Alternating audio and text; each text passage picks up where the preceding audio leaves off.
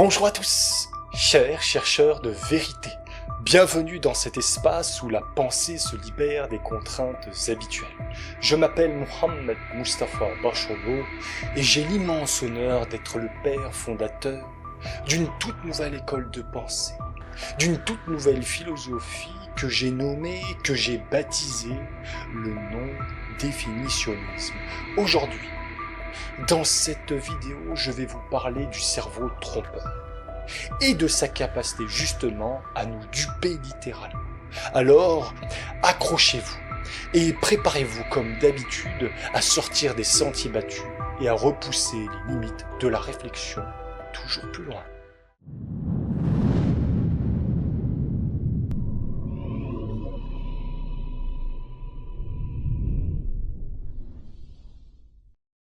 Dans la quête de la connaissance, nombreux sont ceux qui s'abandonnent à la maxime « je ne crois qu'en ce que je vois ».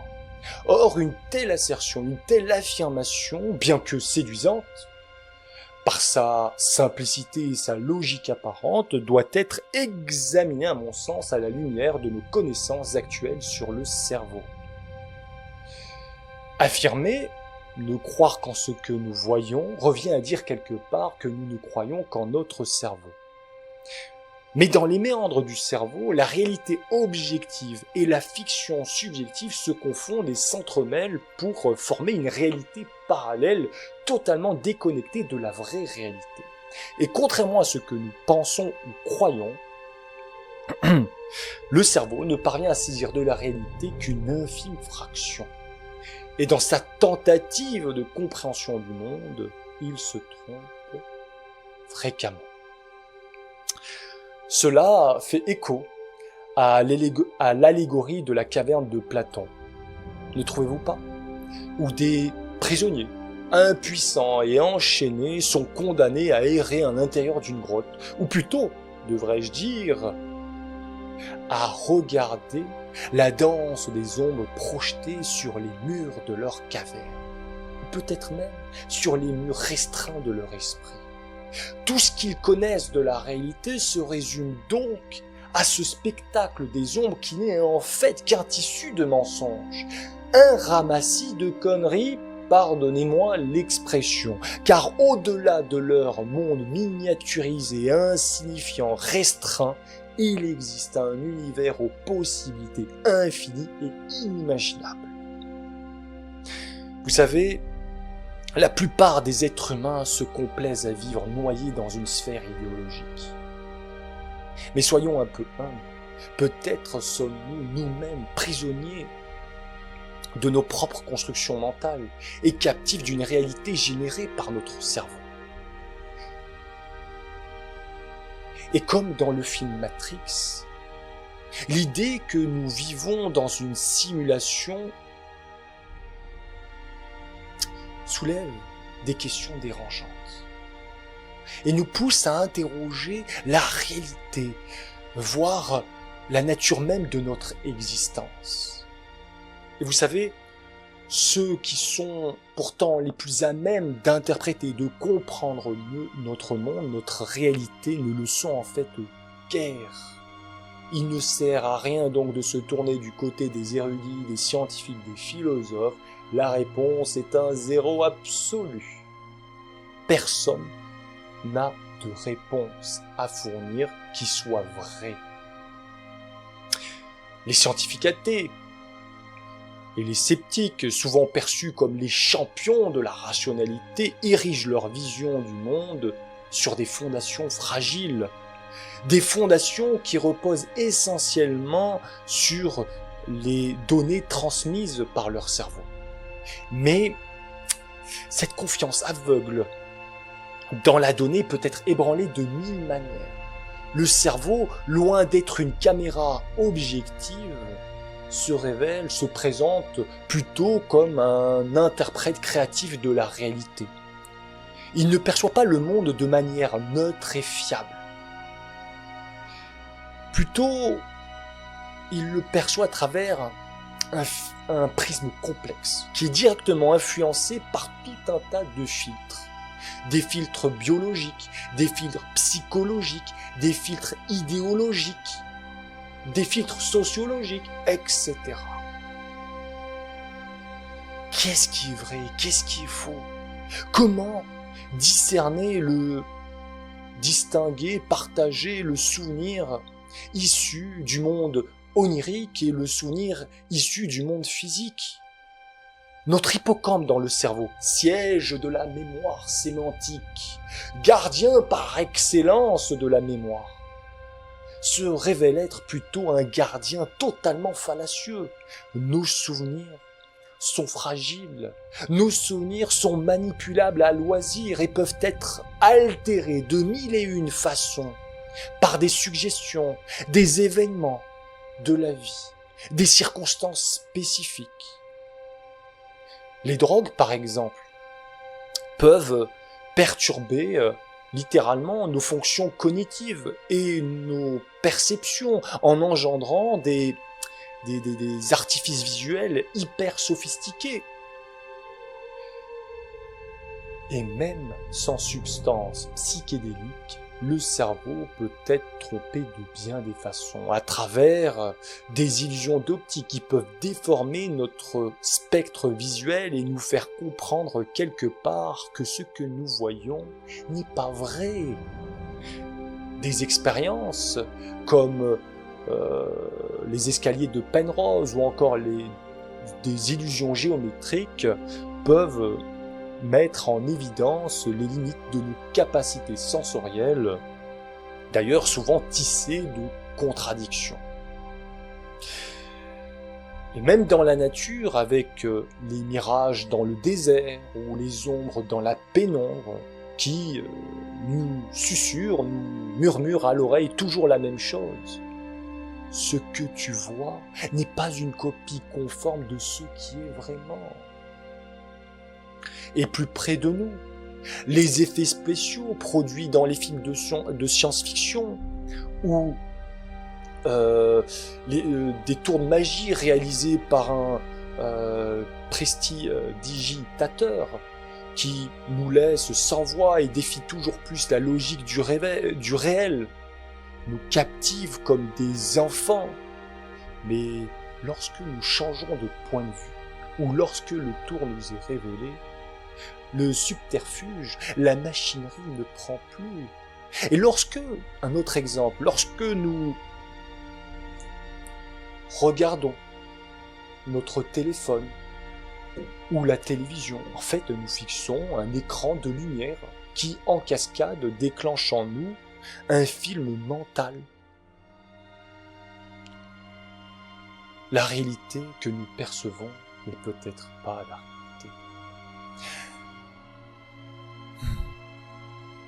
La réalité est peut-être belle, mais peut-être belle parfois que dans le mensonge. Que la vérité, la réalité est un lourd fardeau, une responsabilité trop lourde à porter pour les humains. Peut-être. Peut-être encore que les êtres humains doivent continuer à croire en des mensonges colorés pour continuer à espérer. Ces yeux, ces fenêtres sur le monde, sont-ils vraiment fiables?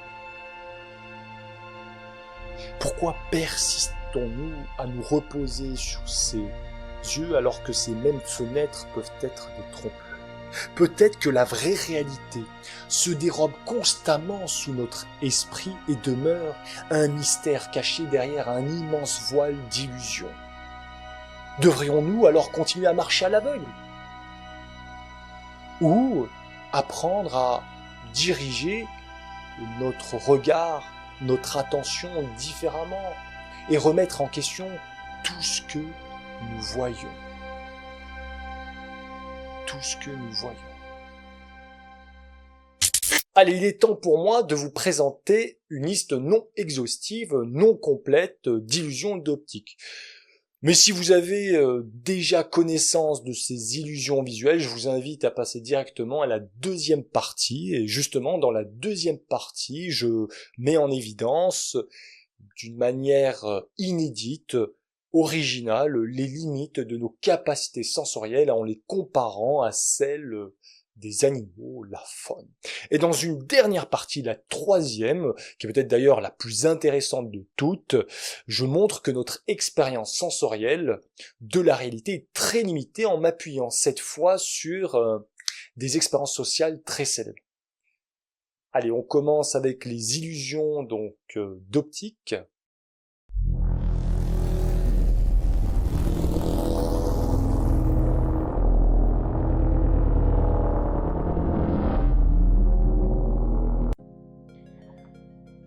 Allez, c'est parti, let's go avec la première illusion d'optique.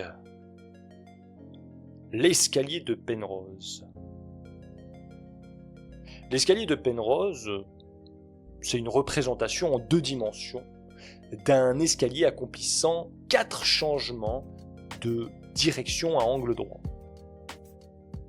Si bien qu'on retrouve son point de départ, ou on a l'impression de retrouver son point de départ. Selon une perception partagée, les marches forment une boucle infinie en engendrant une ascension ou une descente perpétuelle. Il semble impossible de définir très clairement le sommet ou le point le plus bas. Allez, deuxième illusion d'optique avec le cube de Necker. Le cube de Necker trouve son application en tant qu'outil de réfutation de ce qu'on appelle le réalisme naïf. En fait, c'est un concept qui veut que le monde est tel que nous le percevons. Le cube de Necker, on l'utilise justement pour déconstruire, démonter, réfuter cette théorie. Nous avons l'impression dans un premier temps de voir un cube. Mais en réalité, il n'y a pas de cube du tout. Il s'agit simplement d'une figure bidimensionnelle composée de 12 lignes. Une figure composée de 12 lignes.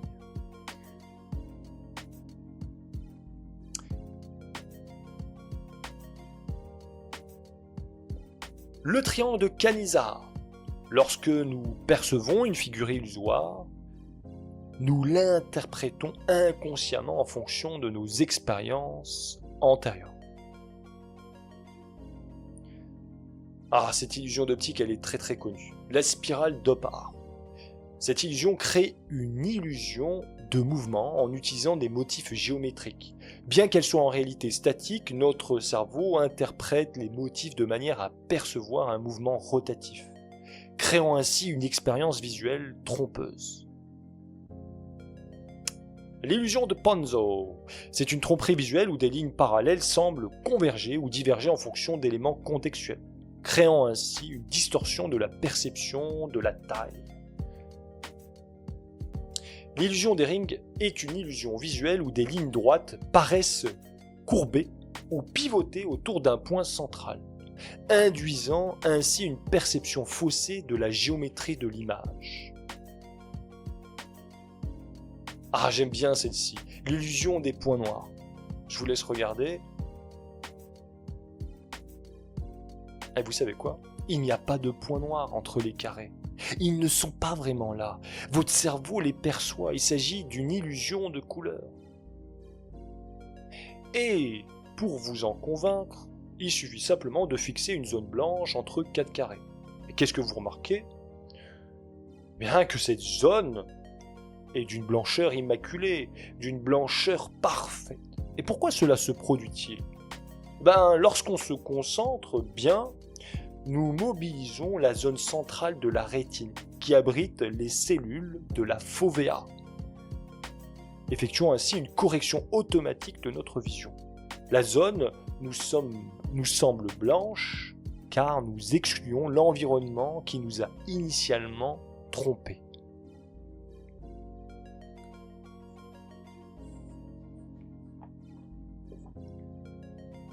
Le cercle noir. Lorsque nous agrandissons l'image de cette illusion jusqu'à remplir notre écran et que nous plongeons notre regard dans la goutte noire au centre, la plupart d'entre nous avons l'impression que la goutte est en mouvement, comme si elle s'étendait ou que nous tombons dans un trou. Cette illusion révèle comment notre perception du monde est influencée par les prédictions formulées par notre cerveau. Cette illusion met en lumière la manière dont notre cerveau compense le temps de traitement nécessaire pour percevoir visuellement le monde en temps réel. Elle souligne également que certains réflexes involontaires ne sont pas nécessairement dictés par la réalité physique de quelqu'un. L'échiquier d'Adelson. Bon, il s'agit d'un petit échiquier contenant 2 cases qui ont la même teinte de gris, mais qui semblent être d'un gris différent. Allez, on passe maintenant aux illusions d'optique avec des êtres animés. Voilà, certaines sont plus populaires que d'autres. Je ne vais pas m'éterniser là-dessus, je vous laisse prendre le temps à la maison pour vivre ces expériences visuelles tranquillement. Alors la première, elle est très très connue, Albert Einstein ou Marilyn Monroe. Que voyez-vous?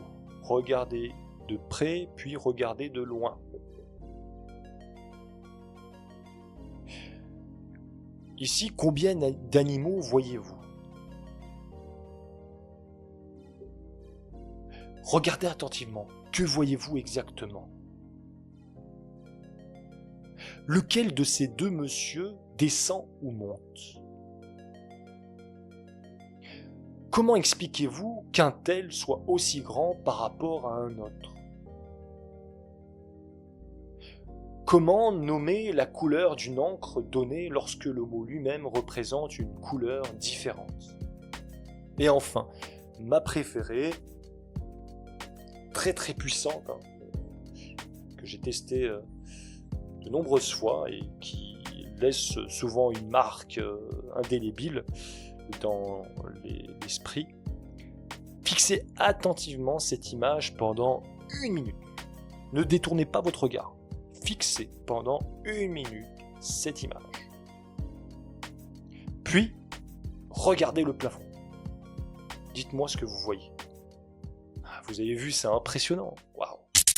Voilà, je viens de vous présenter un certain nombre d'illusions d'optique qui montrent la manière dont le cerveau interprète, redéfinit les contours de notre réalité en nous plongeant littéralement dans des expériences visuelles hyper sophistiquées, mais totalement déconnectées de la réalité. Et cela met en fait en jeu des processus cognitifs hyper complexes.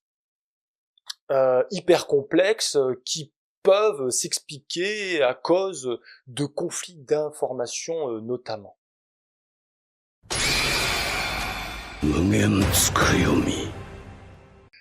Notre perception de la réalité par nos sens est une fenêtre étroite à travers laquelle nous interprétons le monde qui nous entoure. Parlons un peu de la vision humaine.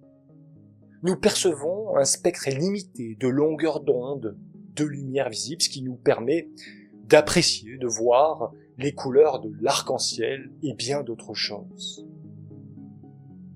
Mais au-delà de ce spectre, il existe une multitude de phénomènes qui, de notre point de vue, ou plutôt d'après nos sens, n'existent pas, mais qui pourtant existent d'une manière ou d'une autre, que nous le voulions ou non. Par exemple, les rayons ultraviolets montrent des motifs fluorescents dans la nature. Et quant aux rayons infrarouges, ils révèlent la chaleur émise par les objets. Ainsi, nous pouvons l'affirmer catégoriquement d'ores et déjà que l'assertion « je ne crois qu'en ce que je vois » se révèle totalement fallacieuse. Car, et je le répète une nouvelle fois, il existe un nombre incalculable de phénomènes qui échappent à notre spectre visuel, qui demeurent invisibles, voire inexistants, sans l'assistance d'instruments technologiques. Et pour vous en persuader, pour vous en convaincre, il est important pour moi de faire une sorte d'analogie, de comparaison entre nos capacités sensorielles et celles des animaux. Les abeilles, par exemple, voient les rayons ultraviolets, ce qui leur permet de repérer des motifs spécifiques se former, se dessiner sur les fleurs. Invisibles pour nous. Quant aux serpents, ils peuvent détecter la chaleur infrarouge, ce qui leur offre une vision thermique de leur environnement, un peu comme dans les films Predator. Vous savez, dans ces films, il y a des créatures immondes, cruelles, qui se livrent à des parties de chasse pour gravir les échelons de leur cursus honorum, de leur pyramide sociale dans leur monde, mais ça c'est un autre sujet. Voilà. Et la crevette menthe religieuse, c'est la crevette de tous les records. Elle possède la vision la plus sophistiquée du règne animal. Grâce à ses 16 types de cônes, l'être humain n'en possédant que 3, à titre de comparaison, elle peut voir. Et là, accrochez-vous. Les rayons X, les rayons ultraviolets, les rayons infrarouges, la lumière polarisée, etc., etc. Et comme si ça ne suffisait pas, ses yeux impressionnants lui permettent de voir à 360 degrés, ce qui lui permet d'apprécier précisément la distance, la profondeur des objets, de voir en 3 dimensions et en relief. Incroyable. Donc vous voyez, ces quelques petits exemples montrent bien que nous ne pouvons percevoir à travers donc notre spectre visuel qu'une infime portion de ce qu'est vraiment la réalité. Et notre vision agit un peu comme un filtre qui nous pousse toujours plus vers des interprétations subjectives et fragmentaires de la réalité. Mais nos limitations biologiques ne se limitent pas à la simple vision. Nous pouvons également nous appuyer sur d'autres facultés sensorielles telles que l'audition. L'exemple des infrasons et des ultrasons en est une parfaite illustration.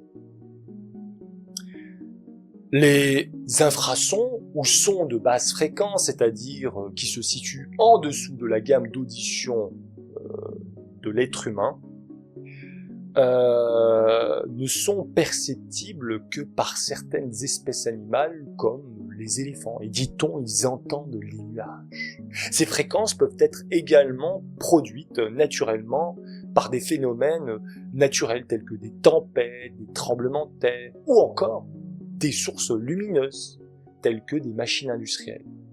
Inversement, les ultrasons ou sons de haute fréquence, c'est-à-dire qui se situent au-dessus de la gamme d'audition humaine, sont utilisés par des animaux comme les dauphins et les chauves-souris pour la navigation et la chasse. Et on va s'arrêter là. Vous voyez, ces quelques exemples, lorsqu'on les réunit, lorsqu'on les met bout à bout, démontrent bien que notre expérience sensorielle de la réalité est très limitée. La réalité que nous percevons n'est en fait qu'une construction mentale subjective, conditionnée par nos sens, conditionnés par nos sens, nos interprétations et nos expériences. Ce que nous voyons, ce que nous entendons, ce que nous ressentons même, n'est pas la réalité. Ce n'est qu'une pièce d'un immense puzzle, une part infime d'une réalité plus grande, plus holistique. Si nous ne percevons que quelques aspects de la réalité, comment pouvons-nous prétendre connaître la réalité dans son ensemble? Ouais.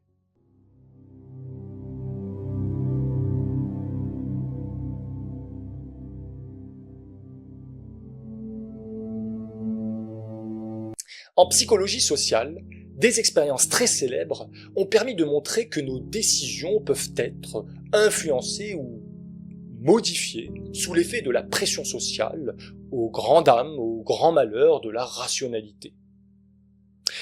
Certaines des expériences que je vais vous présenter là résonneront en vous, trouveront un écho en vous, et vous permettront de comprendre comment il est possible, en réunissant quelques conditions, d'altérer le mode de fonctionnement conventionnel, naturel d'un être humain. Dit autrement, comment c'est possible de modifier le comportement d'un être humain en le redirigeant vers la réponse souhaitée. C'est un peu comme un rat de laboratoire qu'on jette à l'intérieur d'un labyrinthe et qui vit dans l'illusion de la liberté alors que tous ses faits et gestes en réalité sont surveillés et surtout sous contrôle. La première de ces expériences est peut-être même la plus connue, la plus populaire de toutes. C'est l'expérience de Milgram. L'expérience de Milgram étudie l'obéissance à l'autorité. Dans cette expérience, des participants piégés doivent administrer des chocs électriques à des cobayes sous la pression d'une figure autoritaire. Résultat des courses, 62% des participants sont même allés jusqu'à envoyer des décharges électriques létales, mortelles, qui peuvent donner la mort. Vous imaginez, c'est incroyable, c'est inimaginable.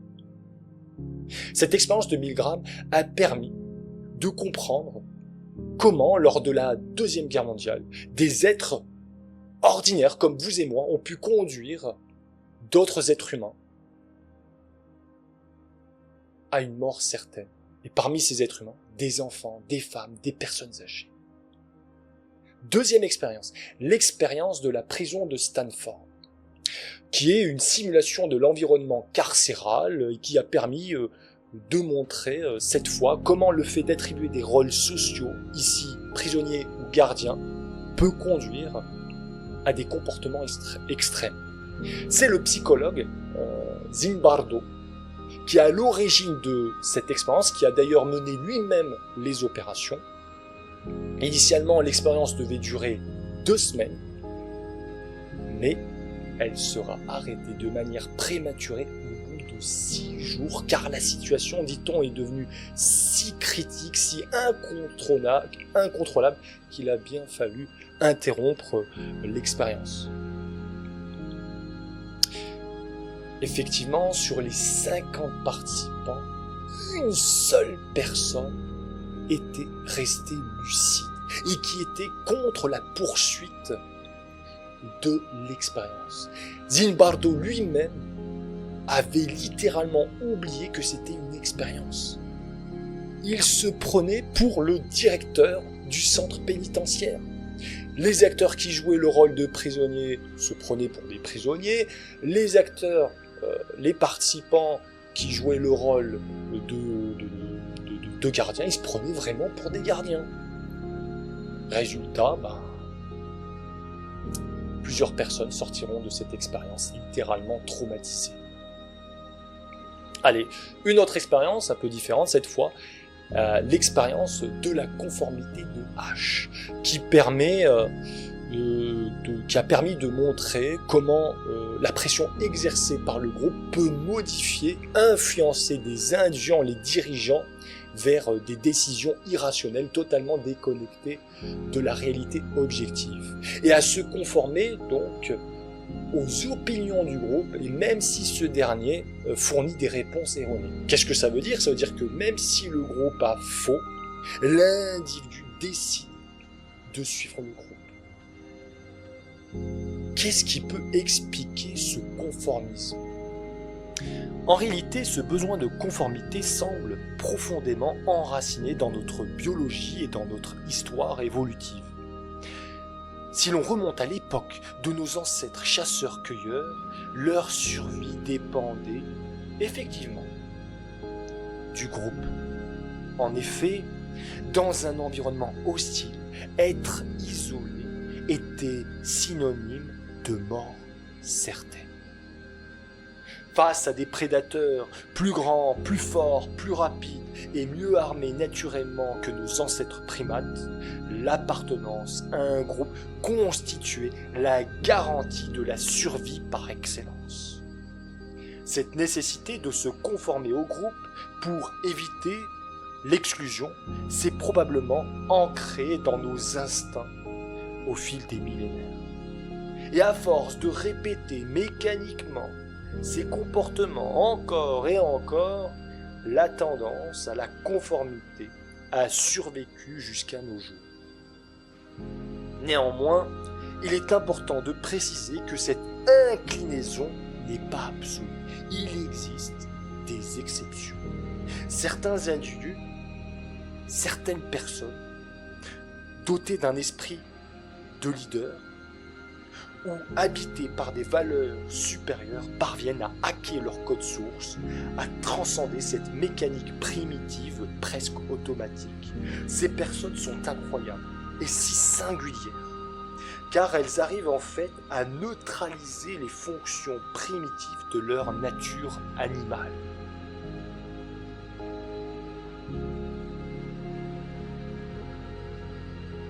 Aujourd'hui, à notre époque, dans des contextes modernes comme les réseaux sociaux, ce conformisme est toujours d'actualité. Ce conformisme est toujours omniprésent et se manifeste d'une manière très subtile.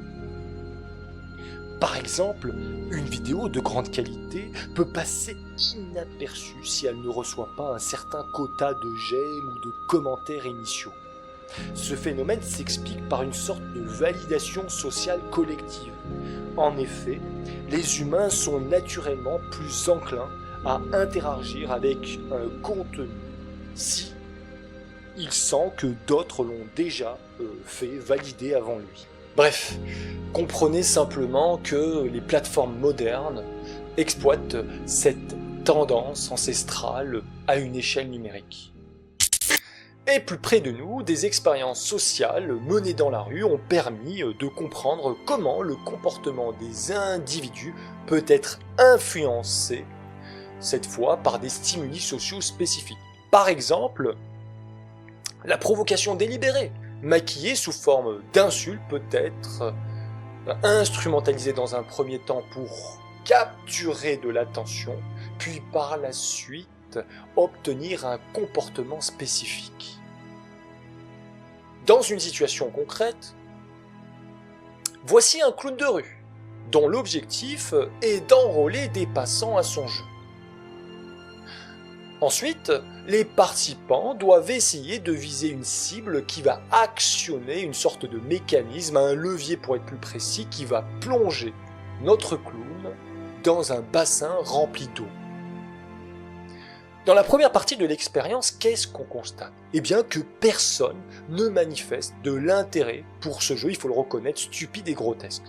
Et ce, malgré toute la bonne volonté, tous les efforts déployés par notre clown. Dans la deuxième partie de l'expérience, notre clown change radicalement d'attitude. De gentil, il devient méchant, hostile, provocateur. Il se met à se moquer des passants en les insultant. Et vous savez ce qui se passe? Ça marche, ça fonctionne. La plupart des passants tombent littéralement dans le piège. Ils décident de se prêter au jeu. Ils iront même jusqu'à payer encore et encore pour avoir une chance d'assouvir leur désir de vengeance. Pourquoi les êtres humains sont si facilement influençables, alors qu'ici une réponse pacifique, non violente, serait plus adaptée, plus appropriée? Voyez, il suffit de quelques stimuli pour déstabiliser, désorienter un être humain en le poussant dans ses derniers retranchements vers des comportements irrationnels. La stratégie à déployer, à opérer est très simple. Vous devez amener votre interlocuteur, votre adversaire sur le théâtre d'émotions. Car une fois porté par ses émotions, c'est-à-dire tombé sous l'emprise de son complexe amygdalien, l'être humain est hors de lui, hors de contrôle. Il est guidé et manœuvré comme un pantin, une marionnette, par ses pulsions primitives, primales, animales. Il n'est plus un être humain à ce moment-là. Il est un être bestial. Au terme de cette exploration, que comprenons-nous? Première chose, notre construction du monde est instable, soumise aux caprices de nos sens influencés. La réalité que nous percevons n'est en fait qu'un jeu complexe entre mémoire, perception, interprétation. Deuxième chose, notre cerveau n'est pas un observateur objectif. Il se révèle être plutôt un créateur de réalités subjectives très largement influencées par son environnement. En comprenant cela, nous réalisons alors que la réalité ne se réduit pas à ce que nos sens capturent, ou à ce qui émane d'autrui, mais à une source plus complexe, plus éloignée encore. Pouvons-nous alors transcender les apparences et appréhender une réalité plus grande, plus vraie que nature?